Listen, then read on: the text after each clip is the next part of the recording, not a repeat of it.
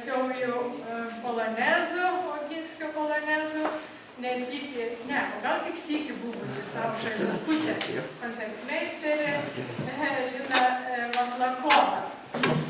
Bet pradėdami ton iškilmingą mūsų vakarą, aš noriu tamstas paprašyti prisiminti rašytoją Romualdą Granauskę, su katru atsisveikinom prieš 3 savaitės ir Žemaitė čia iš tikrųjų gražią Kanklelę ir kiti giedoja, Daiva Čičinskienė, pageidoja visus kalnus, tai iš tikrųjų mes ką galėjom, tarp sono, anam atidavėm paskutinį pagalbą. Tai dabar prisimindami pagerbėm.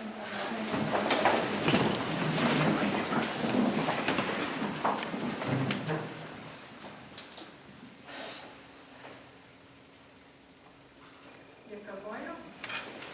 Tai mes prie to patais pasakysiu, kad skambina mano žmona ir prašė pranešti visiems, kad bus keturdienėlis ketvirtadienį, 27 dieną, 18 dieną, keturdienis Bernardinų bažnyčio.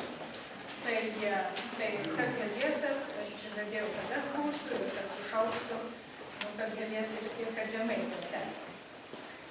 Tai va, o dabar jau mūsų vakaras iš tikrųjų nepaprastai iškilmingas, nes didelis džiaugsmus ir kad kaip tik išėjo nesenė, visai gal 2 savaitės nepraėjo, kam išėjo laišką apie muziką Oginskį, tai čia Žemaičių žemės išleis leidinys, puikiausias leidinys ir šį vakarą iš tikrųjų mes sužinosim apie įdomią įvairiapusę asmenybę iš žmonių, katrie giliai susipažinę su anuo ir gyvenimu ir kūryba. Tai dabar ir prašyčiau visus vakarą dalyvius, didelę džiaugaus, kad su mumis iš Rietavo istorijos muziejaus direktorius Vytis Rutkauskas, prašom, Tamsta Danutė, istorikė Šmigelskytė, vertėjas Baranauskas.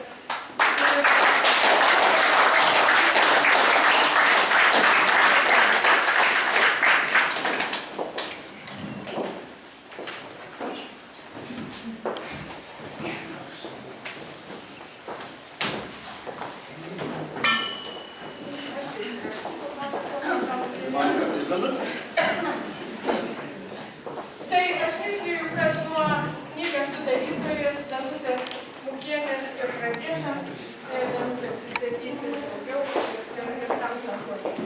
Nežinau, gal prie mikrofoną ar ką pasakysiu.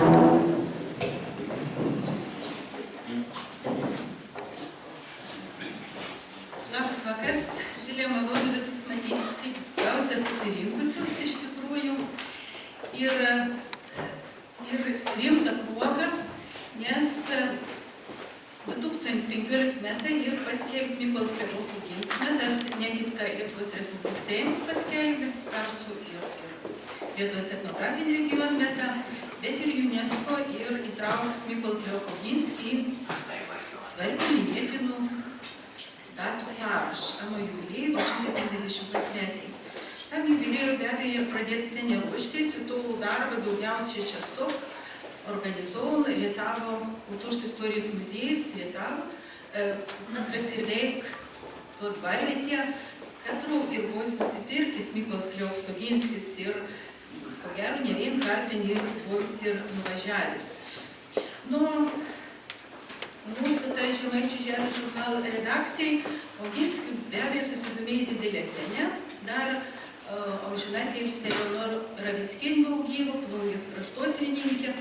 Tiesiog žingsnis po žingsnį susipažinom su Onu, ėjom tas Mykolo Kleopo Oginskio pėdsakas, koks tų metų galėjo rasti, ir vat gimė idėja išleista pirmus knygą savo, ano leidinį lietuvių kalbą. Ir ten buvo atviroms toks vertėms buvo nu priesakų sūnų, katrus dabar jau švietimo ministerija ruošis net įtraukti į mokymų programas.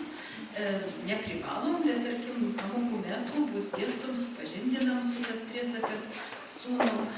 Toliau vertėm Mykolo Kleopolginskio atsiminimus, kad ir ketvirtomą.